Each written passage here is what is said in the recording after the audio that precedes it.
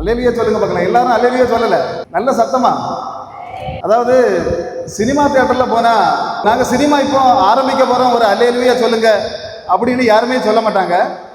இல்ல கிரிக்கெட் கிரவுண்ட்ல போனா நாங்க இப்போ கிரிக்கெட் தொடங்க போகிறோம், எல்லாரும் ஒரு அல்லேலூயா சொல்லுங்க அப்படின்னு யாருமே சொல்ல மாட்டாங்க. ஒரு ஆர்கெஸ்ட்ரா தொடங்கினாலும் நாங்க ஆர்கெஸ்ட்ரா தொடங்க போறோம், நீங்க ஒரு அல்லேலூயா சொல்லுங்க அப்படின்னு யாருமே சொல்ல மாட்டாங்க. ஆனா ஆலயத்துல வந்தா அல்லேலூயா சொல்லுங்கன்னு நாங்க சொல்லுவோம், நீங்க சொல்லணும் அல்லேலூயா. இப்போ மோச இடம் ஆண்டவர் வந்து சொன்னார், நீ நிற்கும் இடம் பரிசுத்த இடம் அப்படின்னு சொன்னார். அப்போ பரிசுத்த இடம்னா மோசே போனதுனால இல்ல ஒரு பஞ்சாயத்து பிரசிடென்ட் போனதுனால இல்ல ஒரு வில்லேஜ் ஆபீசர் போனதுனால அந்த இடத்துல தெய்வம் வந்ததுனால தான் சொன்னார் இது பரிசுத்த இடம். இந்த இடத்துக்கு இன்னைக்கு தேவன் வந்திருக்கிறார் நம்புறவங்க மட்டும் நல்ல கரங்களை தட்டுங்க பார்க்கலாம். இந்த இடத்துல இன்னைக்கு தேவன் வந்திருக்கிறார் அப்படின்னு நம்புறவங்க மட்டும். இன்னைக்கு இங்க இருக்கவங்க யாரும் ஒரு மருந்து மாத்திரையில பலத்துல இருக்கோனியோ, இல்ல நீங்க குடிச்ச பெப்சி கொக்கோ கோலாவோட பலத்துல வந்து இருக்கிறோனியோ, இல்ல ஹார்லிக்ஸ் போனிட்டாயோட பலத்துல இருக்கிறோனியோ யாரும் நினைக்க வேண்டாம். இங்க இருக்கிறீங்கனாலே அது ஒரு தெய்வீக பலம். காட்டுல நடந்துகிட்டு இருந்த தாவீதை நாட்டுக்கே ராஜாவாக்க முடியும் அப்படின்னு சொன்னா இன்னைக்கு இங்க வந்திருக்கிற உங்க பிள்ளைகளை இந்த நாட்டுக்கு ராஜாவாக்க தேவனால முடியும். 3 குருடர்களுக்கு பார்வை கொடுத்தார் அப்படின்னு வேதாகமத்துல பாக்குறோம். ஒருத்தன் எரிக்கோவில் இருந்தான், இன்னொருத்தன் எருசலேம்ல இருந்தான், 3வது ஒருத்தன் பெத்சாயிதால இருந்தான். 3 குருடர்களுக்கும் 3 விதத்துல விடுதலை கொடுத்தார் ஆண்டவர் அப்படின்னு சொன்னா இங்க வந்திருக்கிற எத்தனை பேரா இருந்தாலும் சரி, 50 பேரா 100 பேரா 50 விதமான விடுதலையை தர என் தேவனுக்கு முடியும். 3 டெட் பாடிகளை தேவன் எழுப்பினார்னு வேதாகமத்துல பாக்குறோம். ஒன்னு வீட்டுல கிடந்தது, இன்னொன்னு ரோட்ல கிடந்தது, ஒன்னு சுடுகாட்டுல கிடந்தது. வீட்டுல கிடந்ததையும் ரோட்ல கிடந்ததையும் சுடுகாட்டுல கிடந்ததையும் தூக்க முடியும் என் தேவனுக்கு அப்படின்னு சொன்னா எப்படிப்பட்ட செத்து போன காரியத்துல வந்திருந்தாலும் உங்களையும் உங்கள் குடும்பங்களையும் எழுப்பி பிரகாசிக்க பண்ண முடியும். நல்ல நம்புறவங்க மட்டும். ஒரு பச்சை தாடை எலும்பால சிம்சோனுக்கு 1000 பேரை அடித்து ஒதுக்க முடியும் அப்படின்னு சொன்னா இன்னைக்கு அபிஷேகத்தோட நீங்க வீட்டுக்கு போவீங்கன்னா உங்க வீட்டுக்கு உள்ளாடி இருக்கிற இருட்டின் சக்திகள், அந்நிய சக்திகள், அநியாயத்தினுடைய இருட்டின் ஆதிக்கங்களை எல்லாம் ஒரே அடியில நொறுக்க தேவன் வல்லமை தருவார். பெத்சாயிதால 38 வருஷமாக ஒருத்தன் போய் கிடந்தான். மற்றவங்களுக்கு எல்லாம் குளத்துல கொண்டு போட்டாதான் சுகம் கிடைக்கும். ஆனா இவனுக்கு மட்டும் இயேசு வந்தாலே சுகம். இயேசு இன்னைக்கு உங்க வீட்டுக்கு வருவார். நல்ல நம்புறவங்க மட்டும். உங்க வீட்டுல இருக்கிறவங்க, படுக்கையில இருக்கிறவங்க விடுதலை கிடைக்கும். நல்ல கரங்களை தட்டி அபிஷேகத்தோட ஒரு திமிர்வாதக்காரனை தூக்கிக்கிட்டு பாரதுக்கு 4 பேர் ரெடி அப்படின்னு சொன்னா அவனுக்கு சுகம் கொடுக்க என் இயேசு ரெடி. இன்னைக்கு இந்த இடத்துல நீங்க எத்தனை பேர் இருந்தாலும் சரி, உங்களுக்கு சுகம் கொடுக்க நீங்க யாருக்காக ஜெபம் பண்றீங்களோ, யாருக்காக இன்னைக்கு இந்த இடத்துக்கு வந்திருக்கீங்களோ அத்தனை பேருக்கு விடுதலை கொடுக்க, உங்களது பிள்ளைகளுக்கு, உங்க கணவர்களுக்கு, உங்க தெருவில் உள்ளவங்களுக்கு எல்லாருக்கும் சபைக்கு விடுதலை கொடுக்க என் தேவனால் முடியும். ஒரு வசனத்தை வாசிங்க பார்க்கலாம். யோவான் 21:25 எழுதப்படும் புஸ்தகங்கள் என்னது? இயேசு செய்த அநேக காரியங்கள் இந்த பைபிள்ல எழுதல அப்படின்னு யோவான் சொல்றார். கடைசியில ஒரு விஷயத்தை, இந்த வசனத்துக்கு அப்புறம் யோவான் சுவிசேஷத்துல வேற வசனம் இல்ல இருக்கா? நீங்க இருக்கிறத பார்த்தா என்ன நிறைய வசனம் இருக்குது போல இது தோணுது. இருக்கா? இருக்கு. அப்போஸ்தலர் நடவடிக்கைகள் இருக்கு. யோவான் சுவிசேஷத்துல என்னது இல்ல? அடுத்தது வசனம் இல்ல. அதுல ஒரு ஆமேன் அப்படிங்கிற ஒரு வார்த்தையில முடியுது. ஆமேன் தானே முடியுது, வேற ஏதாவது வார்த்தை இருக்கா? ஆமேன் அப்படின்னு முடியுது. இந்த வேதாகமத்தை எடுத்தால் 78 முறை ஆமேன்ங்கிற வார்த்தை வருகிறது. 72 வசனங்களில் சொல்லப்படுகிறது. 6 வசனங்களில் 2 முறை ஆமேன் ஆமேன் அப்படின்னு சொல்லப்படுது. இந்த வேதாகமம் 14 முறை 14 வசனங்களை சொல்லுது. என்ன சொன்னாலும் ஆமேன் சொல்ல வேண்டும், என்ன செய்தாலும் ஆமேன் சொல்ல வேண்டும். இன்னைக்கு நல்ல ஆமேன் சொல்றவங்களுக்கு விடுதலை உண்டு. பழைய ஏற்பாட்டுல நீங்க எடுத்து பாத்தீங்கன்னா 41வது சங்கீதம், 72வது சங்கீதம், 89வது சங்கீதம், இந்த 3 சங்கீதங்களும் ஆமேன் அப்படின்னு தான் முடியுது. புதிய ஏற்பாட்டுல பாத்தீங்கன்னா 27 புஸ்தகம் இருக்கு. இந்த 27 புஸ்தகத்துல 24 புஸ்தகங்கள் ஆமேன் என்ற வார்த்தையோட தான் முடியுது. 3 புஸ்தகம் தான் ஆமேன் என்கிற வார்த்தை இல்லை. எதெல்லாம் அப்படின்னு கேட்டா அப்போஸ்தலர் நடபடிகள், யாக்கோபு, 3 யோவான். அதாவது இந்த 3 புஸ்தகங்களும் என்ன இல்லை? ஆமேன்ங்கிற வார்த்தை இல்லை, அதுல முடிவடையல. அதுவும் இல்லாம 24 புஸ்தகங்களுமே ஆமேன் என்கிற வார்த்தையில தான் முடியுது. இந்த யோவான் சுவிசேஷமும் ஆமேன் என்கிற வார்த்தையில முடியுது. இப்ப பார்த்தா அதுல யோவான் ஒரு விஷயம் சொல்லுகிறார். தேவன் செய்த காரியங்களை எல்லாத்தையும் எழுதினால் இந்த பூமி என்ன செய்யாது? இந்த பூமியும் தாங்காது, புஸ்தகமும் தாங்காது அப்படிங்கிற ஒரு வார்த்தையை சொல்றார். அப்போ இயேசு கிறிஸ்து இந்த பூமியில 33.5 வருட காலம் வாழ்ந்தார். 33.5 வருட காலம் வாழ்ந்தாலும் ஒரு புஸ்தகம் கூட எழுதல. இயேசு எழுதினார், ஏதாவது புஸ்தகம் எழுதினார் இயேசு? ஆனால் உலகத்தில் அதிகமாக யாரை பற்றி புஸ்தகங்கள் எழுதப்படுகிறது அப்படின்னா நாங்கள் பிரசங்கிக்கிற இயேசுவை பற்றி தான். இன்னைக்கு இங்க வந்த பிறகு கிட்டத்தட்ட ஒரு 5-6 பாடல்கள் நம்ம பாடணும், அப்படிதானே? இயேசு கிறிஸ்து 33.5 வருட காலங்களிலும் அவர் ஒரு பாட்டாவது பாடினாரா? ஒரு பாடலை கூட அவர் பாடல. இன்னைக்கு கோடிக்கணக்கான பாடல்கள் யாரை பற்றி பாடப்படுகிறது அப்படின்னு சொன்னா இயேசு கிறிஸ்துவை பற்றி தான். அந்த இயேசுவை தான் நாங்க பிரசங்கிக்கிறோம். இப்ப பாருங்க, இந்த வேதாகமத்துல 4 சுவிசேஷங்கள், 4 சுவிசேஷங்கள்ல 4 சுவிசேஷங்கள் எல்லாம் கிடையாது, ஒரே சுவிசேஷம் தான். அதை 4 கோணமாக எத்தனை பேர் எழுதினாங்க? 4 பேர் எழுதினாங்க. அப்போ இதுல இந்த யோவான் சுவிசேஷம் இதுதான் என்னை ரொம்ப பிடித்த கவர்ந்த ஒரு சுவிசேஷம், யோவான் சுவிசேஷம். அப்ப ஏன் அப்படின்னு கேட்டா, 3 சுவிசேஷர்கள், மற்ற 3 சுவிசேஷர்கள் எழுதின விஷயத்தை இந்த யோவான் எழுத மாட்டார். மற்றவங்க எழுதாத அநேக காரியங்களை யோவான் எழுதினார். அப்ப ஏன் இப்படி எழுதினார் அப்படின்னு சொன்னா, சில விஷயங்கள் மற்றவங்க எழுதினாங்க, அதை யோவான் எழுதவே இல்லை. எதெல்லாம் எழுதலை அப்படின்னு கேட்டா, இயேசு கிறிஸ்து பிறந்ததை அவர் எழுதவே இல்லை. எழுதினாரா இயேசு கிறிஸ்துக்கு பிறப்பை பற்றி? இந்த 3 உலகத்தையும், பரலோகம், பாதாளம், பூலோகம், 3 உலகத்தையும் படைத்து 4000 வருடங்களுக்கு முன்பாக தீர்க்க தரிசனம் சொல்லப்பட்டு இந்த பூமிக்கு வந்த இயேசு கிறிஸ்துடைய பிறப்பை பற்றி யார் எழுதல? யோவான் எழுதவே இல்லை. அவருடைய தலைமுறை பட்டியல், அவர் எங்க இருந்து வந்தாருங்கிறத யோவான் எழுதவே இல்லை. பாத்தீங்கன்னா, இயேசு கிறிஸ்து ஏரோதுக்கு பயந்து எகிப்து தேசத்துக்கு கொண்டு போனாங்க. அங்க இருந்து வந்தவர் பிறந்த இடமான பெத்லேகமுக்கு போகாம நாசரேத் ஊருக்கு போனார். ஆனாலும் அந்த சம்பவத்தை யார் எழுதல? மற்ற சுவிசேஷர்கள் எழுதினாங்க. ஆனா இந்த யோவான் எழுதவே இல்லை. 12 வயதுல இயேசு கிறிஸ்து போய் ஆலயத்துல பிரசங்கம் பண்ணார். என்ன மாதிரி இல்ல பிரசங்கம், அது அப்படிப்பட்ட பிரசங்கம். அங்க இருந்த பாஸ்டர்மாரெல்லாம் விரைச்சி போயிட்டாங்க. பாருங்க, அவங்க எல்லாம் அப்படியே புக்கை மடக்கி இயேசு கையில கொடுத்துட்டாங்க. எத்தனை வயசுல? 45 வயசுல இல்ல, 12 வயசுல. எனக்கு 45 வயசு. அப்ப பாருங்க, அந்த நேரத்துல 12 வயசுல ஒரு பிரசங்கம் பண்ணார். அந்த பிரசங்கத்தை யார் எழுதல? யோவான். அவர் பிரசங்கம் போனார் இல்ல ஆலயத்துக்கு போனாருங்கிற விஷயத்தை எழுதல. பெற்ற தாய் அவரை விட்டுவிட்டு என்ன செஞ்சிட்டாங்க? 3 நாள் யாத்திரை போயிட்டாங்க. பெத்த பிள்ளைய வீடு வரை கொண்டு போக முடியாத ஒரு அம்மா இன்னைக்கு பரலோகத்துக்கு நம்மளெல்லாம் கொண்டு போவாங்க அப்படின்னு ஒரு கூட்டம் இருக்கு. இன்னைக்கு எப்படி பரலோகத்துக்கு யார் கொண்டு போவா? இயேசுடைய மம்மி கொண்டு போவாங்க. அப்படி ஒரு மம்மியை என்ன செய்ய முடியாது? பரலோகத்துக்கு கொண்டு போக முடியாது. அந்த விஷயத்தை யார் எழுதல? இந்த யோவான் எழுதல. ஏகப்பட்ட உவமைகள் மற்றவங்க எழுதினாங்க. 3 சுவிசேஷர்கள் எங்க எழுதினாங்க உவமைகள். ஆனா இவர் யோவான் என்ன செய்யல? எழுதவே இல்லை. ஆனா 3 சுவிசேஷர்களும் சொல்லாத ஒரு விஷயத்தை, மிகப்பெரிய விஷயத்தை ஒன்று சொன்னார். இயேசு கிறிஸ்து ஆதியில் இருந்தார். எந்த வசனத்தில் சொன்னார்? யோவான் 1 எங்க இருந்தார்னு போட்டாரு? ஆதியில் இருந்தார். பாதியில் இருந்தார் இல்ல, பாதியில் இருந்த கேஸ் நிறைய உண்டு. பாதியில் இருந்த கேஸ் தெரியுமா யாருன்னு கேள்விப்பட்டிருக்கீங்களா? சாத்தான். எந்த கேஸ்? சாத்தான் பாதியில் வந்த கேஸ். நீங்க வேதாகமத்தை எடுத்து பார்த்தீங்கன்னா 1 நாளாகமம் 21:1 தான் அவனுடைய பெயர் சாத்தான் முதல்ல வேதாகமத்தில் அறியப்படுகிறது. 12 புஸ்தகத்துல சாத்தானுக்கு பேர் என்னது இல்ல? 12 புஸ்தகங்கள்ல சாத்தானுடைய பெயர் கிடையாது. கடைசியில் பார்த்தீங்கன்னா வெளிப்படுத்தின விசேஷம் 27 இதுல தான் இவங்க சாத்தான்ங்கிற பேர் இதோட முடியுது. கடைசி 2 அதிகாரத்தில் யாரும் இல்ல? இந்த சாத்தான் என்பவன். அப்ப பாதியில வந்தது இயேசுவா இல்ல சாத்தானா?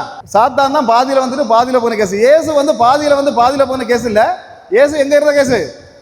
ஆதியிலே இருந்த கேஸ். பாதியில போன கேஸ் என்ன உண்டு வேதாகமத்துல? இப்போ இந்த வேதாகமத்துல இவர்களை நினைத்துக் கொள்ளுங்கள் அப்படின்னு சொல்லி 2 பேரை சொன்னாங்க. யாரை சொன்னாங்கன்னா, 1 யெகோவா தேவன் ஒரு பெண்ணை பார்த்து சொன்னார். எந்த பெண் அப்படின்னா மிரியாம். யாரை நினைக்கணுமா? நம்ம எல்லாம் நல்ல பரலோகத்துக்கு பண்ணா மிரியாமை நினைக்கணுமா? யார் சொன்னா? யெகோவா தேவன் சொன்னார், மிரியாமை நினைத்துக் கொள்ளுங்கள்.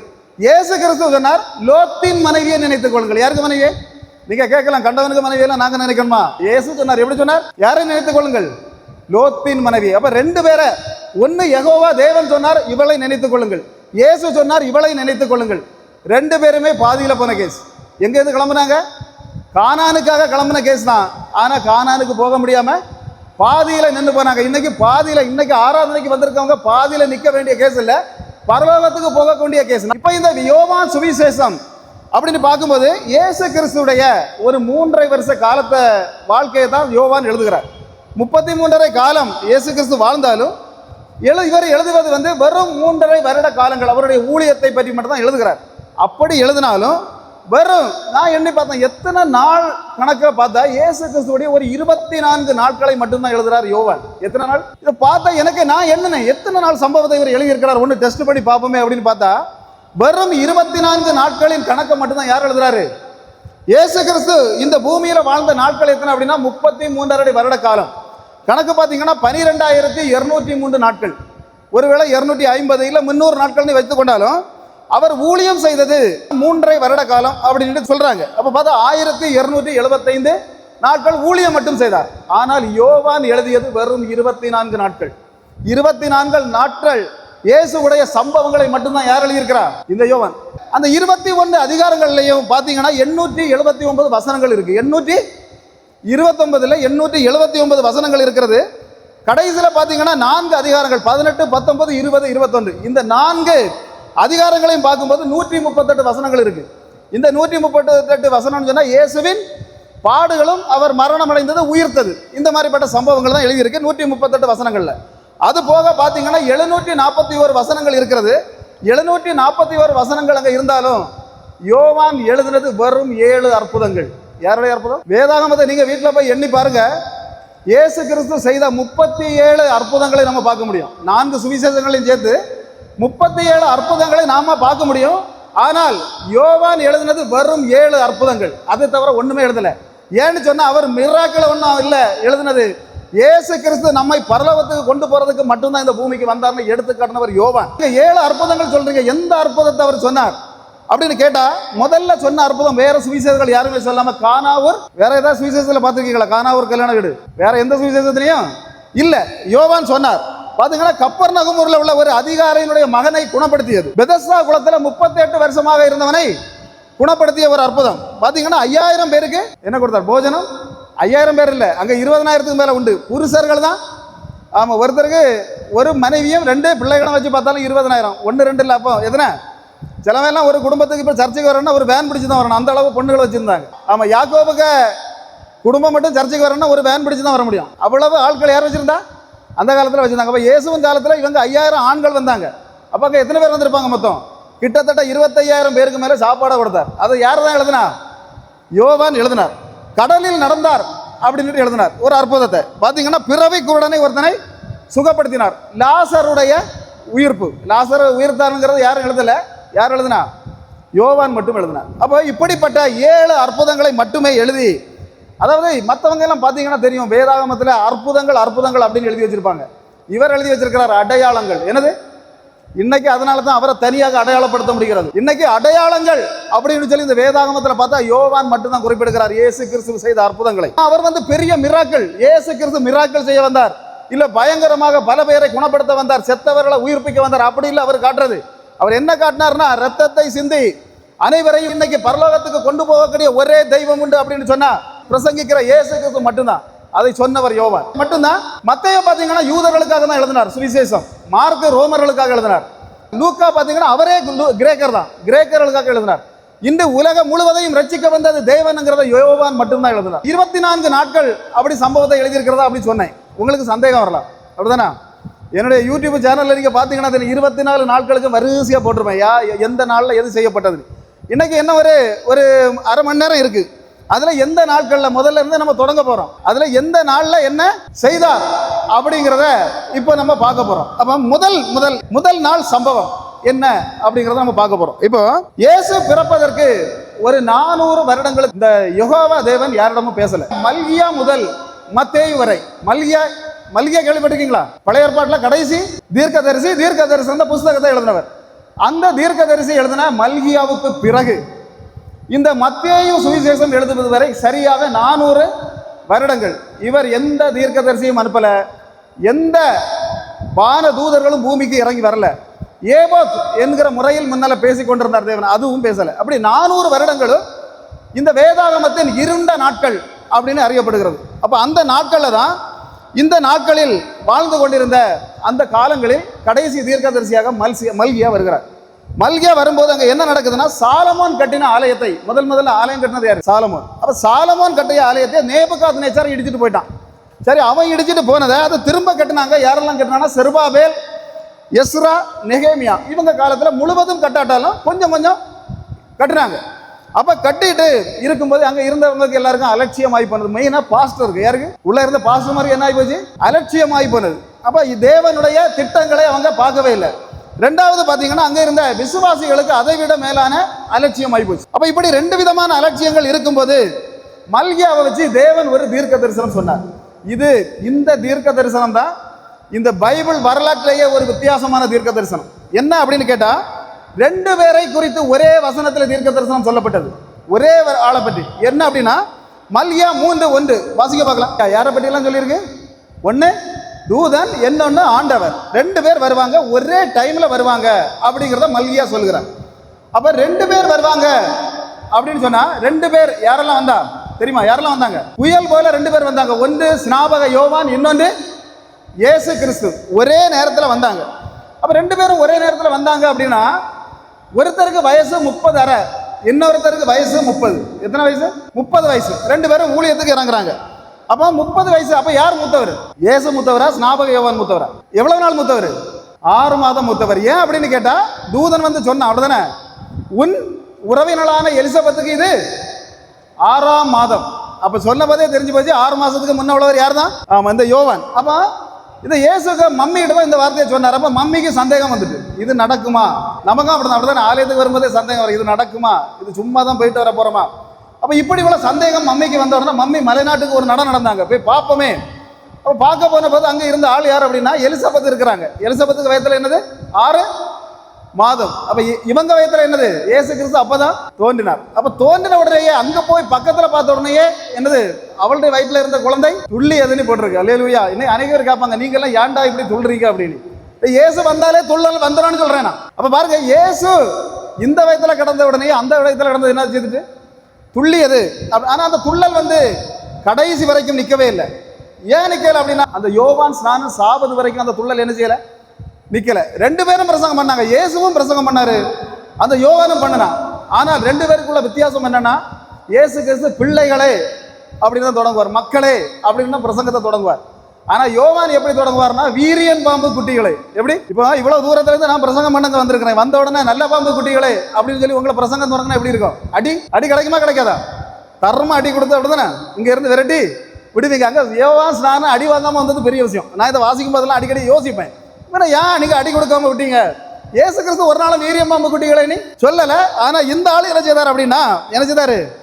வீரியன் பாம்பு குட்டிகளை அப்படின்னு தான் பிரசங்கத்தை தொடங்கினார். திடீர்னு பார்த்தா இயேசு கிறிஸ்துக்கு ஞான ஸ்நானத்தையும் கொடுத்துட்டார். அப்படிதானே?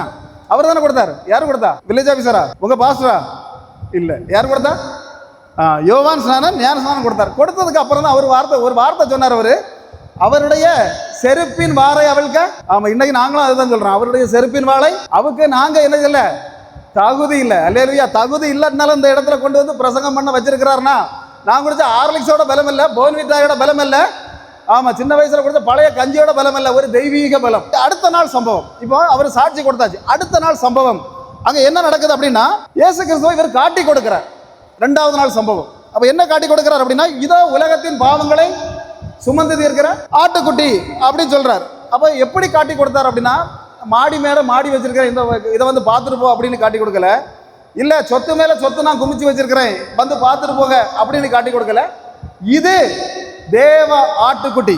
இன்னைக்கு என்ன செய்யணும்? நாம தேவனை மற்றவங்களுக்கு எத்தனையோ பேரை பார்க்காம இருக்காங்க. அல்லேலூயா. இன்னைக்கு ஒரு நாள் மரணம் அடைபவர்கள் 800 கோடி ஜனம் இந்த உலகத்துல வாழுது.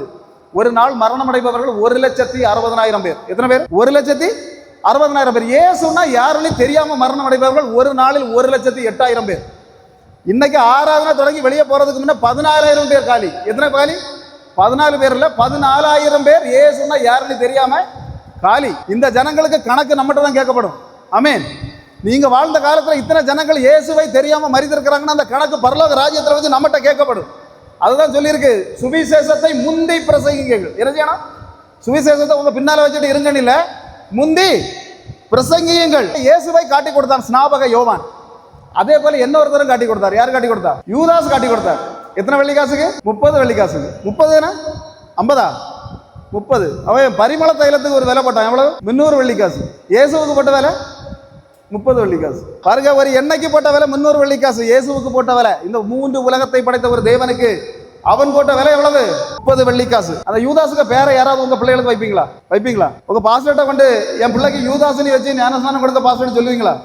சொல்றவங்க மட்டும் கரங்களை தூங்க பார்ப்போம். சொல்ல மாட்டோம்னு சொல்றவங்க கரங்களை தூங்க பார்க்கலாம். நல்ல கரங்களை தட்டுக்க பார்க்கலாம். சொல்ல மாட்டோம். அப்படி யூதாஸ்ன பேர் எங்க ஜென்மத்துக்கு, எங்க பரம்பரைக்கு, எங்க தலைமுறைக்கு வேண்டாம் அப்படின்னு சொல்றவங்க மட்டும் நல்ல கரங்களை தட்டுக்க பார்க்கலாம். இங்க நடந்த சம்பவம் என்ன?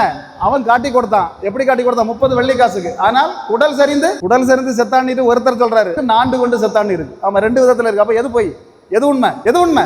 நாண்டு கொண்டு செத்தது உண்மையா, குடல் சரிந்து செத்தது உண்மையா? என்கிட்ட கேட்டார். யூடியூப்ல நான் போட்டேன். ஒருத்தர் கேட்டார், உண்மையை சொல்லுங்க, உங்க பைபிள்ல 2 விதமா இருக்கு, எது உண்மை? நான் சொன்னேன், இவன் இயேசுவை காட்டி கொடுத்துட்டு ஏதோ ஒரு வீட்டுக்கு மேலே போனான். யாரோ ஒருத்தி இத்து போயினா கயற துணி என்ன செய்து போட்டிருந்தா, காயப்பட்டிருந்தா. அதை எடுத்து அத்து கொண்டு போய் தூக்கில் தொங்கினான். கயற அத்து விழுந்து உடல் சரிந்து செத்தான். ரெண்டும் உண்மைதான். தூக்கில் தொங்குறது உண்மைதான், உடல் சரிந்து செத்ததும் உண்மைதான். ரெண்டு பேரும் ரெண்டு கோணத்தில் எழுதினாங்க. மத்தேயு ஒரு கோணத்தில் எழுதினார், லூக்கா இன்னொரு கோணத்தில் எழுதினார். அவன் காட்டி கொடுத்தான். ஆனால் ஸ்நாபக யோவான் காட்டி கொடுத்தது அப்படி இல்லை. எப்படி காட்டி கொடுத்தான்? இது தேவாட்டுக்குட்டி, இந்த தேவாட்டுக்குட்டி மூலமாக தான் என்ன செய்ய முடியும், பரலோக ராஜ்யத்தை நாம் சுதந்திரித்துக் கொள்ள முடியும். தேவனை காட்டி கொடுக்கிற பல ரீதிகள் உண்டு. அல்லேலூயா. நான் மலையாள பேப்பர் வாசிப்பேன் அடிக்கடி. மலையாள மாதృభூமிங்கிற பேப்பர் நான் எடுத்து வாசிப்பேன். அப்போ வாசிக்கும் போது ஒரு நிகழ்ச்சி, மாவேலி கரை அப்படின்னு சொல்லப்படக்கூடிய இடத்துல பஸ்ஸில் ஒரு ஆர்சி ஃபாதர் போயிட்டு இருந்தார். ஃபாதர்னா தெரியுமா? தந்தை பெர்க்மான்ஸ் எங்கேருந்து வந்தவர்? ஆர்சியிலேருந்து. நாங்களும் ஆர்சியிலேருந்து தான் வந்தோம், ரட்சிக்கப்பட்டோம். அப்போ இந்த ஆர்சியிலேருந்து ஒரு ஃபாதர் பஸ்ஸில் போயிட்டு இருக்காரு. அப்போ பக்கத்தில் ஒரு பையன் இருக்கான், சின்ன பையன். அவருக்கு வயசு கிட்டத்தட்ட 18-19 வயசு இருக்கும். ஆனால் அவன் பார்க்கறதுக்கு ஒரு 8-9 வயசு மதிக்கத்தக்க ஒரு சின்ன பையனா இருக்கான். அப்போ இவர் கேட்கிறார், உனக்கு வயசு எத்தனைன்னா 18 வயசு சொல்றான். இவ்வளவு சின்ன பையனா இருக்கு, என்ன பிரச்சனைனா சொன்னா 2 கிட்னியும் எனக்கு ஃபெயிலியர். அப்போ எங்க அம்மாவோ அப்பாவோ உனக்கு கிட்னி, அம்மா அப்பா யாராவது தந்தை உனக்கு கிட்னியை மாட்டலாமே அப்படின்னு கேட்டதுக்கு அவங்க என்ன சொன்னாங்க அப்படின்னா, எனக்கு கிட்னி தர்றதுக்கு அம்மாவோ அப்பாவோ தயார் இல்லை, நான் சாவை நோக்கி நாட்களை எண்ணிக்கொண்டிருக்கிறேன். என்ன செய்தான்? நாட்களை எண்ணிக்கொண்டிருக்கிறேன். அப்போ இவர் போயிட்டார். போனவர் என்ன பண்ணான்னா நேராக அமலா ஹாஸ்பிட்டல்னு ஒரு ஹாஸ்பிட்டல் திருச்சூர். நான் அங்கெல்லாம் போயிருக்கேன். நாங்கள் நிறைய நாள் கேரளாவில் எங்கள் வாழ்க்கையை கழித்ததுனால எங்களுக்கு தெரியும். அப்போ அந்த ஹாஸ்பிட்டலுக்கு போனவர் என்ன செய்தார் அப்படின்னா, அங்கே போய் டாக்டர்கிட்ட கேட்டார், என்னுடைய கிட்னி எடுத்து வேற ஆளுக்கு மாட்டுறதுக்கு என்னுடைய கிட்னி நல்ல ஸ்ட்ராங்காக இருக்கான்னு கேட்டார். அது செக் பண்ணாங்க, ஒன்றும் பிரச்சனை இல்லை, கிட்னி எடுத்து மாட்டலாம். பையனை வரவழைத்தாங்க, பையனுக்கு செக் பண்ணாங்க, என்னுடைய கிட்னி அவனுக்கு மாட்ட முடியுமா? ஓகே, மாட்டினாங்க. ஒரு கிட்னி எடுத்து யார் செய்தா? ஆமாம், இப்படியும் இயேசுவை காட்டி கொடுக்கலாம். பையன் என்ன பண்ணிட்டான்? இப்போ அவன் கிறிஸ்தவன், ஒரிஜினல் இந்து பையன் இப்போ கிறிஸ்தவனாக வாழ்ந்து கொண்டு இருக்கிறான். யார் கொடுத்தா? கிட்னி ஃபாதர் கொடுத்தார். இப்படியும் காட்டி கொடுக்கலாம். சிஎஸ்ஐயில் நம்ம காட்டி கொடுப்போமா? இந்த கையில் பாக்கெட்டில் 100 ரூபா இருந்தாலே கொடுக்க மாட்டோம். அல்லேலூயா. ஆனால் தேவனை காட்டி கொடுத்தார் ஒரு ஆர்சி ஃபாதர். இன்னைக்கு அவன் பரலோக ராஜ்யத்துக்கு நேராக அந்த பையன் என்ன செய்துட்டு இருக்கான்? வாழ்ந்து கொண்டு இருக்கிறான். அப்போ இப்படி காட்டி கொடுக்கலாம். பல விதங்களில் தேவனை காட்டி கொடுக்க முடியும். அப்போ பார்த்தீங்கன்னா 3வது நாள் சம்பவம். 3வது நாள் அங்கே என்ன நடக்குது அப்படின்னா, 3 பேர் நிற்கிறாங்க. ஒன்று யோவான் ஸ்நானன், 2 பேர் அவருடைய சீசர்கள். யாரெல்லாம்? யோவான் ஸ்நானனும் அவருடைய சீசர்களும் நிற்கிறாங்க. அப்போ அந்த இடத்துலையும் காட்டி கொடுக்கிறார் யோவான், இதுதான் தேவாட்டு குட்டி. சொன்ன உடனேயே 2 சீசர்களும் தன்னுடைய பாஸ்டரை விட்டுட்டு இந்த பாஸ்டருக்கு மேலே போயிட்டாங்க. பாஸ்டருக்கு கோவம் வருமா? அது பொதுவாக பெந்தைகோஸ்து பாஸ்டருக்கு கோவம் வந்துடும். எப்படி? அவங்க கூட இருக்கவங்க அடுத்தவங்க கூட போனால் பிரச்சனை வந்துடும். அப்போ இங்கே பாஸ்டர் தான் சொல்கிறாரு, அண்ணா போகிறாரு தேவாட்டு குட்டின்னு. உடனே இவங்க 2 என்ன செஞ்சாங்க? கிளம்பி ஒத்த போக்கு அவர் பின்னால் போயிட்டாங்க. போனவங்க சும்மா அரசியல்வாதிக்கு பின்னால் போனாங்கன்னு இல்லை, சினிமாக்காரனுக்கு பின்னால் போனாங்கன்னு இல்லை, தேவாதி தேவனுக்கு பின்னால் போகிறவனுக்கு விடுதலை உண்டு. அப்போ போனாங்க. போனத உடனே சும்மா ஒன்றும் போகல. முதல்ல ஒரு வார்த்தை கேட்டாங்க, ரபி நீர் எங்கே தங்குகிறீர்? எங்கே போகிறீர் இல்லை, எங்கே தங்குகிறீர்? ஏன் அப்படி கேட்டாங்க அப்படின்னா, யூதர்கள் எப்பவுமே யார் எங்க தங்கி இருக்காங்கிறத முதல்ல பார்ப்பாங்க. அப்போ தங்கின இடத்த பார்த்த உடனே ஃபுல் பயோடேட்டா என்ன பண்ணிடுவாங்க? எடுத்துருவாங்க. ஏன்னா இதுவன் எப்படிப்பட்ட ஆள், ஏன் அப்படிலாம் பார்க்குறாங்க அப்படின்னா, சிம்சோன் போய் ஒரு ஆண்டிக மடியில் போய் என்ன செய்தாரு? சிம்சோன் அப்படிதானே பிறக்கும் போதே நசரேனாக பிறந்தவன். ஆனால் எங்கே போயிருந்தான்? ஒரு ஆண்டிக வீட்டுக்குள்ள, தெரியலாங்கிற ஒரு ஆண்டிக வீட்டுக்குள்ள போய் இருந்தான். தாவீது ராஜா, ஆமாம், பெரிய ராஜா தான். ஆமாம், இயேசுவுக்கு தகப்பனாக அறியப்படுகிறவர். எங்கே போயிருந்தார்? பத்சேபாளுக வீட்டுக்குள்ள. ஆமாம், இதெல்லாம் தெரியும் யூதர்களுக்கு. அதனால தான் யார் எங்கே இருக்காங்கிறத செக் பண்ணது தான் முதல்ல கேட்பாங்க. எங்கே நீர் எங்கே தங்குகிறார்? இயேசுகிட்ட கேட்டாங்க. இயேசு சொன்னார், வந்து பாருங்கடா. என் தேவன் சொல்லக்கூடிய வார்த்தை, வந்து பாருங்கள், நான் எங்கே இருக்கேங்கிறத உங்களுக்கு தெரியும். நான் இருக்க இடம் என்னைக்குமே பரிசுத்தமான இடமாக இருக்கும். இந்த இடத்துல அந்த தேவன் இருக்கிறார், இது பரிசுத்தமான இடம்னு நம்புறவங்க மட்டும் நல்ல கரங்களை தட்டுக்க பார்க்கலாம். அடுத்த நாள் சம்பவம், 4வது நாள் சம்பவமாக அவர் என்ன குறிக்கிறார் அப்படின்னா, பிலிப்புவை பார்த்துட்டார். யாரை பார்த்தாரு? யோவான் 1:43 வாசிக்க பார்க்கலாம். பிலிப்பு என்ன செய்தாரு? பிலிப்பு முதல்ல இயேசுக்கு பின்னால போயாச்சு. சரி, பிலிப்பு போன உடனேயே அவர் அடுத்தால போய் நாத்தன்வேல்ட்ட சொல்றாரு, நான் தான் இந்த மெசியாவை கண்டேங்கிறார். யாரை கண்டேன்? அப்போ மெசியாங்கிறவர் எங்க இருந்து வந்தார் அப்படின்னு கேட்டோம்னா, நாசரேத்திலிருந்து வந்தார் அப்படின்னு சொன்ன உடனே இவருக்கு ஒரு டவுட். அடுத்த வார்த்தை கேட்கிறாரு, நாசரேத்திலிருந்து நன்மை வரக்கூடுமோ அப்படின்னு கேட்கிறார். அப்ப நாசரேத்திலிருந்து நன்மை வரக்கூடுமா ஏன் கேட்கிறாருன்னா, இது அந்த காலத்தில் சொல்லப்பட்ட ஒரு பெரிய பழமொழி. இன்னைக்கு நம்ம தமிழ்நாட்டில் சொல்லக்கூடிய பழமொழிகள் தெரியுமா? ஏதாவது ஒரு பழமொழி தெரியுமா? வேதாகமத்தில் நிறைய பழமொழிகள் இருக்கு. அதுல ஒரு பழமொழி எது? நாசரேத்திலிருந்து நன்மை வரக்கூடுமோ. ஏன் அப்படின்னு சொன்னா, நாசரேத்துங்கிறது பிள்ளைகளை பலி கொடுக்கிற ஒரு நகரம். அது ஏன் அப்படிப்பட்ட நகரமாக இருந்ததுக்குன்னு பெரிய கணக்கெல்லாம் உண்டு. அதுல என்னன்னு பார்த்தீங்கன்னா, சாலமோன் ராஜா ஆலயத்தை கட்டும்போது அங்க கேதுரு மரங்களும் தேவதாரு மரங்களும் இல்லை. என்னது இல்லை? கேதுரு மரங்களும் வேணும், தேவதாரு மரங்களும் இதை வேணும் வச்சுதான் என்ன செய்யணும், ஆலயத்தை கட்டணும்னு ஆண்டவர் கட்டளை கொடுத்தார். ஆனா இவனுக்கு என்னது இல்லை, அந்த ஐட்டங்கள் ரெண்டுமே இல்லை. உடனே அங்க இருந்த தீரு ராஜா ஈராம்கிட்ட கேட்கிறான், எனக்கு இந்த தேவதாரு மரங்களையும் இந்த மரங்களையும் கேதுரு மரங்களையும் எனக்கு தரணும், உனக்கு எவ்வளவு வேணாலும் நான் பணத்தை தரேங்கிறான். என்ன செய்யலாம், எவ்வளவு வேணாலும் பணத்தை தருகிறேங்கிறான். அப்போ உடனே தீரு ராஜா சொல்றான், எனக்கு நீ பணம் ஒன்றும் தரேன்டா நண்பனே, நான் உன்னுடைய அப்பனுக்கு ஃப்ரெண்டு. யாருக்கு ஃப்ரெண்டு? தாவீது ராஜாவுக்கே நான் ஃப்ரெண்டு. நீ எனக்கு என்னுடைய அரண்மனைக்கு கொஞ்சம் சாப்பாடு மட்டும் தந்தா போதும், நான் உனக்கு என்ன செய்கிறேன், கேதுரு மரங்களையும் தேவதாரு மரங்களையும் கடல் வழியாக அனுப்பி ஆலயத்தை கட்டி 20 வருடமாக முடிப்பது வரைக்கும் உனக்கு இந்த மரங்களை செய்கிற ஆசாரி மரையும் நான் என்ன செய்கிறேன், இலவசமாக தருகிறேன். எல்லாரும் அப்படியே பார்க்குறீங்க, இது எங்கே இருக்குன்னு? பைபிளில் தான் இருக்கு. அல்லேலூயா. ஆமாம், ராஜாக்களின் புத்தகத்தை எடுத்து படிக்கணும். அப்போ பார்த்தீங்கன்னா அங்கே என்ன நடக்குதுன்னா, கெட்ட கொடுக்குறான். 20 வருஷமும் இவன் என்ன கொடுத்தான் அப்படின்னு சொன்னால், அங்கே 1 கலம் எண்ணெய், 100 கலம் எண்ணெய், 100 பார் கோதுமைகள், அவ்வளவுதான் யாருக்கு கொடுக்குறா? தீரு ராஜாவுக்கு ஈராம் கொடுக்குறான். அப்போ அதெல்லாம் வாங்கி 20 வருஷமாக ஆலயமும் கட்டியாச்சு, அரண்மனையும் கட்டியாச்சு. இவன் பெரிய வில்லை. யாரு? சாலமோன். ஆலயத்தை 7 வருஷமாக தான் கட்டினான். அரண்மனை எத்தனை வருஷம் கட்டினான்? 13 வருஷம் கட்டி முடிச்சாச்சு. சரி, கட்டி முடிச்ச உடனே அங்கே இருந்து அவன் ஃப்ரெண்ட்ட சொன்னான், நான் உனக்கு ஒரு 20 பட்டணத்தை, என்னுடைய சொந்த பட்டணங்களை நான் உனக்கு எழுதி தரேன்னா. என்னது? எத்தனை பட்டணம்? 20 பட்டணம். அதுதான் நாசரேத்து பட்டணம். நாசரேத்து, கலிலேயா, அங்கே இருந்த கப்பர்நாம் எல்லாத்தையும் சேர்த்து 20 பட்டணங்களை அவன் பேரில் எழுதி கொடுத்தான். அப்போ அதை பார்க்கறதுக்காக தீரு நாடுனா தெரியுமா? இப்போ இருக்க லெபனான் நாடு இப்போ இஸ்ரவேலுக்கு அடியில் குண்டு வச்சுட்டு இருக்காங்க. அப்படிதானே? பிரச்சனை பண்ணிட்டு இருக்காங்க, போர் நடக்குது. அந்த ஆட்கள் தான். அவன் அங்கேருந்து புறப்பட்டு வந்தான். 20 பட்டணங்கள் தந்தான் நம்முடைய ஃப்ரெண்டு. எப்படி இருக்குன்னு பார்ப்போமே. இங்கே வந்து பார்த்தோன்னா அவனுக்கு அலறிட்டான். ஐயோ, என்னனால அங்கே ஒரு பிள்ளை கூட உயிர் தப்பாது. மூத்த பிள்ளைகளை சாக கொடுக்கிற நகரம், அத்தனை பிசாசுகளும் குடிக்கொண்டிருக்கிற நகரம், எந்த இடத்துலையுமே வாழ முடியாது, சாவு, எழும்ப முடியாது. உடனே அந்த பேர் வச்சான் காபூல். என்ன பேரு? காபூல்னா விளங்காத இடம்னு அர்த்தம். எங்க பாசையில பேசினா விளங்காத இடம்னு அர்த்தம். அப்படி காபூல்னு பேரை வச்சுட்டு அவன் என்ன செஞ்சுட்டான், அவன் நாடும் வேண்டாம் உனக்கு ஊரும் வேண்டாம்னு போயிட்டான். வேதாகமத்தில் தான் இருக்குதெல்லாம்.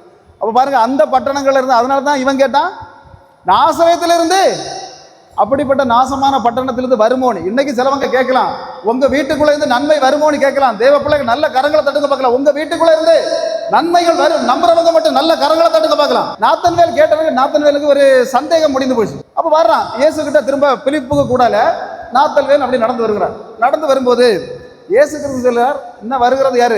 உத்தம இஸ்ரவேலன். யாரை பார்த்து? நாத்தல் வேலரை பார்த்து இயேசு சர்டிபிகேட் கொடுக்கிறார். இன்னைக்கு சர்டிபிகேட் வாங்க வேண்டியது யாருக்கிட்ட? பஞ்சாயத்து பிரசிடென்ட் இல்ல, கலெக்டர்கிட்ட இல்ல சர்டிபிகேட் வாங்க வேண்டியது, சினிமா நடிகர்கிட்ட இல்ல சர்டிபிகேட் வாங்க வேண்டியது. யார்கிட்ட வாங்கணும்? தேவனிடம் சர்டிபிகேட் வாங்கணும். நாத்தன்வேல் தேவனிடம் சர்டிபிகேட் வாங்கினான். வேதாகமத்துல பழைய ஏற்பாட்டுல 5 பேர் சர்டிபிகேட் வாங்கினாங்க நல்லவங்க அப்படின்னு சொல்லி. நம்பர் 1 நோவா, ஆபிரகாம், மோசே, யோபு, தாவீது. 5 பேர் சர்டிபிகேட் வாங்கினாங்க நல்லவங்க அப்படின்னு. புதிய ஏற்பாட்டில் பார்த்தா 3 பேர் சர்டிபிகேட் வாங்கினாங்க. யோவான் ஸ்நானன் 1, 100க்கு அதிபதி வருதன், அதுக்கப்புறமா அந்த நாத்தன்வேல். இந்த 3 பேரும் தான் என்ன செய்தாங்க? புதிய ஏற்பாட்டில் நல்லவங்க சர்டிபிகேட் தேவனிடம் வாங்கினவங்க. வாங்கினா எங்க இருந்து வாங்கணும்? இப்போ அண்ணாமலை யூனிவர்சிட்டியில இருந்து அல்ல சர்டிபிகேட் வாங்க வேண்டியது, இல்ல ஆக்ஸ்போர்ட் யூனிவர்சிட்டியில இருந்து அல்ல வாங்க வேண்டியது. எங்க இருந்து வாங்கணும்? இயேசு கிட்ட இருந்து சர்டிபிகேட் வாங்கினவனுக்கு குடும்பத்துக்கு தலைமுறைக்கு விடுதலை உண்டு. டக்குனு உத்தம இஸ்ரவேல்னு சொன்னோட இவருக்கு இன்ட்ரெஸ்ட் வந்துட்டு ஒற்ற வார்த்தை கேட்டான், ஆண்டவரே என்னை நீர் எப்படி அறிவீர்? உடனே ஆண்டவர் சொன்னார், நீ அத்திமரத்துக்கு அடியில் போய் இருக்கும்போதே என்ன தெரியும்? ஒன்னு அத்திமரத்துக்கு அடியில் இருக்க நாத்தன்வேலையும் தெரியும், அத்திமரத்துக்கு மேலே இருக்கிற சகையும் தெரியும். இன்னைக்கு இந்த ஆலயத்துக்குள்ள வந்திருக்கிற உங்களையும் அவருக்கு தெரியும். கண்ணு தெரியாத தெய்வம் அல்ல என்னுடைய தெய்வம். எவனோ தூக்கி தோல்ல சுமந்து கொண்டு போகிற குட்டி தெய்வம் அல்ல என்னுடைய தெய்வம். அல்லேலூயா. இந்த கல்லறைக்குள்ள இருக்க கேஸ் இல்ல, சும்மா ரீத்துக்குள்ள இருக்க கேஸ் இல்ல, இல்ல பெட்டிக்குள்ள இருக்க கேஸ் இல்ல. நம்முடைய தெய்வம். நம்முடைய தெய்வம் எப்படி? உலகத்துல அத்தனை பேருடைய கல்லறையும் இன்னைக்கு மூடி கிடக்கும் போது ஒருத்தருடைய கல்லறை மட்டும் தான் திறந்து கிடக்கிறது. அது நாங்க பிரசங்கிக்கிற இயேசு. பார்வனுடைய கல்லறைகள் எழுதிப்பட்டிருக்கு, பார்வன் தூங்குகிறான், டிஸ்டர்ப் பண்ணாதுங்க. ஒவ்வொரு இங்கிலாந்துல உள்ள ஒவ்வொரு பெரிய தலைவருடைய கல்லறைகளில் எழுதிப்பட்டிருக்கு, இவர்கள் தூங்கி கொண்டிருக்கிறார்கள், இவர்களை எழுப்பாதீர்கள். இயேசுவுக்கு கல்லறையில இவர் தூங்கி கொண்டிருக்கிறார், இவரை எழுப்பாதுங்கள் இல்ல. அங்க என்ன எழுதிருக்குன்னா, அவர் அங்கே இல்லை. அல்லேலூயா. இயேசு கல்லறைக்குள்ள இருக்க கேஸ் இல்ல, ரீத்து வச்ச கேஸ் இல்ல, பெட்டிக்குள்ள முடங்கின கேஸ் இல்ல. அத்தி மரத்துக்கு மேல இருக்க அந்த சகையும் தெரியும், அத்தி மரத்துக்கு அடியில இருக்க நாத்தன்வேலையும் தெரியும், இந்த ஆலயத்துக்குள்ள இருக்க உங்களையும் தெரியும், பிரசங்கிக்கிற என்னையும் தெரியும். இப்படி இவன் கேட்டதுக்கு இன்னும் அநேக காரியங்கள் உண்டு. ஏன் இப்படி கேட்கிறான் அப்படின்னு சொன்னா எதுக்காக அங்க இருந்து ஒரு நன்மை வருமா அப்படின்னு கேட்டானா, மீகா தீர்க்கதரிசி அப்படின்னு சொல்லக்கூடிய ஒரு தீர்க்கதரிசி இருந்தார். அப்ப அவர் அவர் என்ன சொல்லியிருந்தார் அப்படின்னு சொன்னா, ஒரு பெரிய தீர்க்க தரிசனத்தை சொல்லியிருந்தார். இயேசு கிறிஸ்து எங்க இருந்து வருவார்? பெத்லகேமில் இருந்து வருவார் அப்படிங்கிற ஒரு தீர்க்க தரிசனத்தை அவர் சொல்லியிருந்தார். அப்ப அதனால தான் பெத்லகேமில் இருந்து வராமல் இவர் இங்க இருந்து வந்தாரா, எப்படி வருவார் அப்படிங்கிற ஒரு சந்தேகத்துல தான் இவர் திரும்ப திரும்ப நாசரேத்தில் இருந்து நன்மையும் வரக்கூடுமா அப்படின்னு கேட்கிறான். சரி, ரெண்டாவது இந்த சம்பவத்தில் அத்தி மரத்திற்கு கீழே போய் நாத்தன்வேல் இருந்தான்.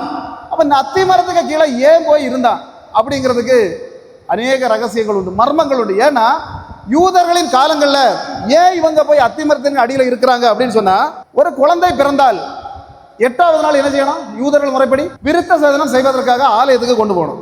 அப்போ முதல்ல ஆலயத்துக்கு கொண்டு போவாங்க. சரி, 8 நாள் கழிந்த பிறகு வீட்டுக்கு கொண்டு வராங்க. திரும்பவும் 12வது வருடத்துல எங்க கொண்டு போவாங்க? திரும்பவும் ஆலயத்துக்கு கூட்டிட்டு போவாங்க. அப்ப இயேசுவை விருத்த சேதனம் செய்ய 8வது நாள் கூட்டிட்டு போனாங்க. 12வது வருடத்திலையும் கூட்டிட்டு போனாங்க, 12 வயசு கழிஞ்ச பிறகு. அப்ப இப்படி கூட்டி கொண்டு போகும்போது இதுக்கு இடைப்பட்ட நாட்கள், இந்த 8வது நாளில் கொண்டு போகும்போதே வீட்டுக்கு பக்கத்துல யூதர்கள் என்ன செய்வாங்கன்னா, அத்தி மரத்தை வளர்ப்பாங்க. எதுக்கு வளர்ப்பாங்க? அத்தி மரமும் வளரும், பிள்ளைக்கு அப்படி சாப்பாடு கொடுத்து பிள்ளையும் வளர்ப்பாங்க. அப்ப பிள்ளையும் வளர்ந்துகிட்டே இருக்கும், அத்தி மரமும் வளரும். இப்படி வளர்ந்து கொண்டே இருக்கும்போது 12வது வயதில் இங்க ஆலயத்துக்கு பிள்ளைய கொண்டு போவாங்க. ஆலயத்துக்கு கொண்டு போயிட்டு ஊருக்கு வந்த உடனேயே அவங்க என்ன சொல்லுவாங்க அப்படின்னா, பிள்ளைகிட்ட அப்பா சொல்லுவார், மக்களே இவ்வளவு நாளும் நீ என்கிட்ட பென்சில் வேணும், பென்னு வேணும், வேற ஏதாவது வேணும், ரப்பர் வேணும், எல்லாமே என்கிட்ட கேட்டா. நோட்டு வேணும், புக்கு வேணும், என்கிட்ட தான் கேட்டா. ஆனா இனி நீ கார் வேணும், புல்லட் வேணும், இன்னோவா வேணும், ஸ்கார்பியோ வேணும், இதெல்லாம் கேட்க வேண்டியது எனக்கிட்ட இல்லை, அத்தி மரத்துக்கு அடியில போயிருந்து ஆண்டவர்கிட்ட மட்டும்தான் எனக்கு கேட்க முடியும். அல்லேலூயா. யூதர்கள் என்ன செய்வாங்க? பிள்ளைகளுக்கு தேவனிடம் கேட்பறதுக்கு படிச்சு கொடுப்பாங்க. இன்னும் எத்தனை பேர் சொல்றீங்க? நாம என்ன செய்வோம்? உங்க அப்பன்கிட்ட போய் கேளு, ஒரு அடியை உண்டாக்கு, அப்படிதானே? அப்பன்கிட்ட என்னதான கேட்டு ஒரு சண்டையை போட்டு நம்ம இலக்கி விட்டுருவோம். ஆனா அவங்க அப்படி இல்லை. யூதர்கள் தன்னுடைய பிள்ளைகளை தேவனிடம் கேட்பதற்காக படிப்பிப்பாங்க. அங்க போய் இருக்கிற இடம் தான் எது? அத்திமரம். எந்த அத்திமரத்தை வளர்த்தாங்களோ அந்த அத்திமரத்துக்கு அடியில போய் யார் இருப்பா? இவங்க போய் இருப்பாங்க. அப்ப பாருங்க, நாத்தன்வேல் போய் இருந்து இன்னைக்கு பாத்தீங்கன்னா மரத்துக்கு அடியில போய் இருந்து வார போற பிள்ளைகளை கிண்டல் பண்ணதுக்கு ஒரு கோஷ்டி போய் இருக்கும். அப்போ நாத்தன்வேல் ஏதோ போற பிள்ளைய பரியாசம் பண்ணதுக்கு போய் இருந்தான் இல்ல, அவன் ஜெபிக்க இருந்தான். அதனாலதான் ஜெபிக்க இருந்ததுனாலதான் இயேசுக்கு அவனுடைய கண்ணு அவன் மேல் விழுந்தது. இன்னைக்கு ஜெபிக்க இருக்கிறவங்களை இயேசுவுக்கு தெரியும். இங்க எத்தனையோ பேர் ஒருவேளை இன்னைக்கு வீட்டுல கிடந்து உறங்கிட்டு இருக்கலாம். இல்ல கல்யாண வீட்டு பாஸ்டர் சொன்னாங்க, நிறைய பேர் கல்யாண வீட்டுக்கு இன்னைக்கு போயிட்டாங்க பிரதர், அதனால இன்னைக்கு நிறைய பேர் வந்திருக்க மாட்டாங்க. அதனால கல்யாண வீட்டுக்கும் எல்லா வீட்டுக்கும் போனாலும் இன்னைக்கு இங்க இருக்கிறவங்களை ஆண்டவருக்கு தெரியும். அன்னைக்கு நாத்தன்வேலை கண்ட அதே தெய்வம் இன்னைக்கு இங்க இருக்க உங்களை எல்லாரையும் காண்கிறார். அடுத்த நாள் சம்பவமாக ஒரு சம்பவத்தை குறிப்பிடுகிறார். என்ன சம்பவம் அப்படின்னா, கானாவூரில் நடந்த கல்யாணம். அப்ப கல்யாணத்துல யோவான் 2:10 ஒரு ஆள் வாசிக்க பார்க்கலாம். இது இங்க என்ன நடக்குது அப்படின்னு சொன்னா, அங்க இருந்த அதாவது பந்தி மேற்பறவையாளர் அப்படிதானே, பந்தி விளம்புகிறவன், இவனுக்கு என்ன தெரியல? இயேசு கிறிஸ்து தண்ணீரை ரசமாக்குன விஷயம் தெரியல. அதனால என்ன செய்யறான்? இங்க கேட்கிறான், எல்லாரும் முதல்ல நல்லதை தான் கொடுப்பாங்க, நீர் என்ன செய்திரு? நல்லதை மறைச்சு வச்சுட்டு. அப்ப என்ன சொல்ல வரேன் அப்படின்னு சொன்னா, தேவன் அங்க இருக்கக்கூடிய பந்தி விசாரிப்புக்காரனுக்கும் தெரியாது, அங்க இருந்த மணவாளனுக்கும் அற்புதம் செய்தது தெரியாது, மணவாளனுக்கு அப்பாவுக்கும் தெரியாது, மணவாளனுக்கு அம்மாவுக்கும் தெரியாது. இப்படி யாருக்குமே தெரியாம அந்த இடத்துல ஒரு அற்புதத்தை செய்ய என் தேவனுக்கு முடியும் அப்படின்னு சொன்னா, இந்த இடத்துல இருக்கிற உங்களுக்கே தெரியாம உங்க வீட்டுக்குள்ள அற்புதங்களை செய்ய என் தேவனுக்கு முடியும். உங்க வீட்டுக்குள்ள உங்க புருஷருக்கு தெரியாம, உங்க பிள்ளைகளுக்கு தெரியாம, உங்க தலைமுறைகளுக்கு தெரியாமல் சில அற்புதங்களை செய்ய என் தேவனுக்கு தெரியும். யோவான் 2:6 எடுத்து வாசிக்க பார்க்கலாம். போதுமா? ஒண்ணுதான், ஒரே விஷயம் தாங்க. என்னது? எத்தனை ஜாடி இருந்து? 6 தானே இருந்தது.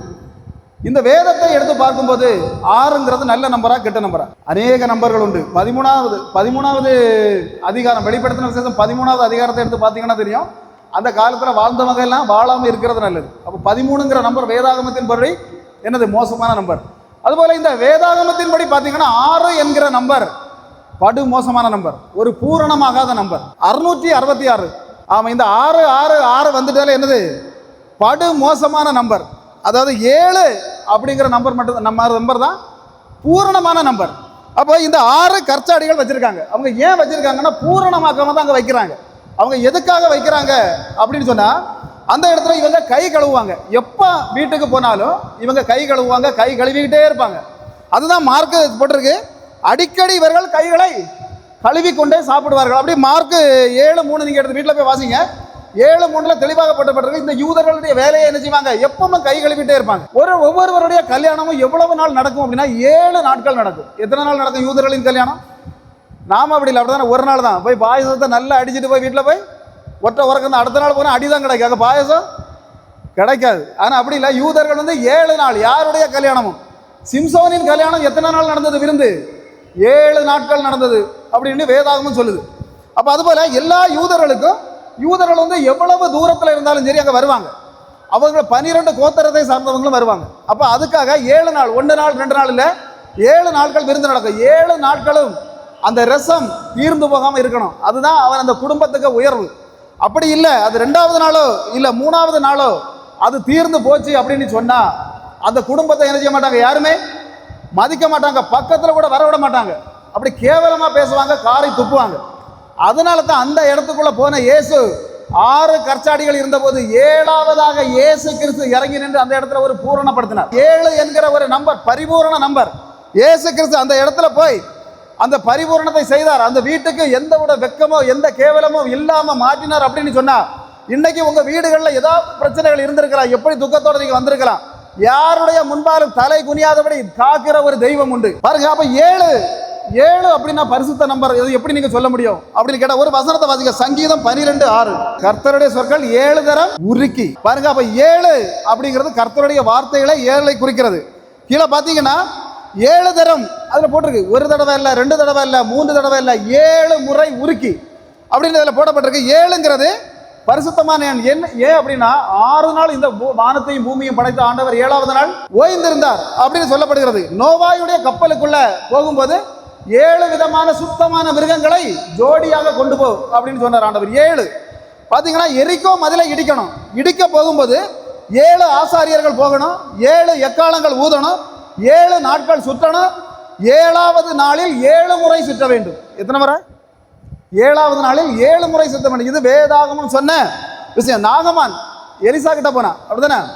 ஆமா, நாகமான் எலிசா பாஸ்டர்கிட்ட போன உடனே அவன் என்ன நினைச்சு போனா அப்படின்னா, போன உடனே தலையில கையை வச்சு அப்படியே அடிச்சு கீழே கிடத்தி, ஆமா உனக்கு நோயெல்லாம் குணப்படுத்தி போடான்னு சொல்லி அனுப்பிடுவார் அப்படின்னு சொன்னா. ஆனா இவர் என்ன சொன்னார்னா, யோர்தான்ல போய் 7 முறை முங்கணும். யாத்ராகமத்துல போட்டிருக்க 7 விளக்குகள் விளக்கு தண்டின் மேல் எழுப்பப்பட வேண்டும். வெளிப்படுத்தின விசேஷத்துல மட்டும் கிட்டத்தட்ட 15 முறை போட்டிருக்கு. 7 சபைகள், 7 பொன் குத்து விளக்குகள், 7 நட்சத்திரங்கள், 7 ஆவிகள், 7 அக்கினி தீபங்கள், 7 எக்காலங்கள், 7 இடி முழக்கங்கள், 7 பாத்திரங்கள், 7 கலசங்கள், 7 தேவ தூதர்கள், 7 ராஜாக்கள்.